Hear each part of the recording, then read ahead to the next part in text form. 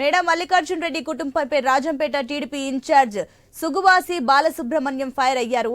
మేడా మల్లికార్జున్ రెడ్డి అతని సోదరుడు మేడా విజయశేఖర్ రెడ్డి కలిసి గత ఎన్నికల్లో టీడీపీ కార్యకర్తలను అధిష్టానాన్ని వెన్నుపోటు పొడిచారన్నారు. తనను గెలిపిస్తే మల్లికార్జున్ రెడ్డికి స్థానం ఉండదని, ఓడించాలనే తలపంతోనే వచ్చాడని గ్రహించలేకపోయానన్నారు. ఇక విజయశేఖర్ రెడ్డి సుండుపల్లిలోని అనేక గ్రామాలలో వైసీపీ ఏజెంట్లను పెట్టాడని, తాము టీడీపీ పార్టీ అని చెప్పుకుంటూ తిరుగుతున్నాడని తెలిపారు. టీడీపీ కార్యకర్తలకు మేడా కుటుంబ సభ్యులకు అసలు సంబంధమే లేదని బాలసుబ్రహ్మణ్యం స్పష్టం చేశారు. అన్నమయ్య జిల్లా నందలూరులో జరిగిన ఇది మంచి ప్రభుత్వం కార్యక్రమంలో ఆయన పాల్గొన్నారు. మీ సమస్యల పట్ల వాళ్ళకి చిత్తశుద్ధి లేదు. మేడా మల్లికార్జున్ రెడ్డి ఇక్కడ స్థానికంగా ఉన్నటువంటి మీ గత శాసనసభ్యుడు. తెలుగుదేశం పార్టీ ఆయనకు ఎంతో గుర్తింపునిచ్చింది.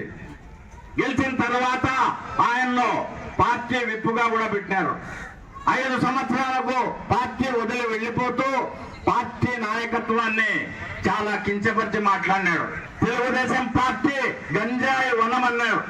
నారా లోకేష్ గారిని చాలా తులనాడి మాట్లాడినాడు.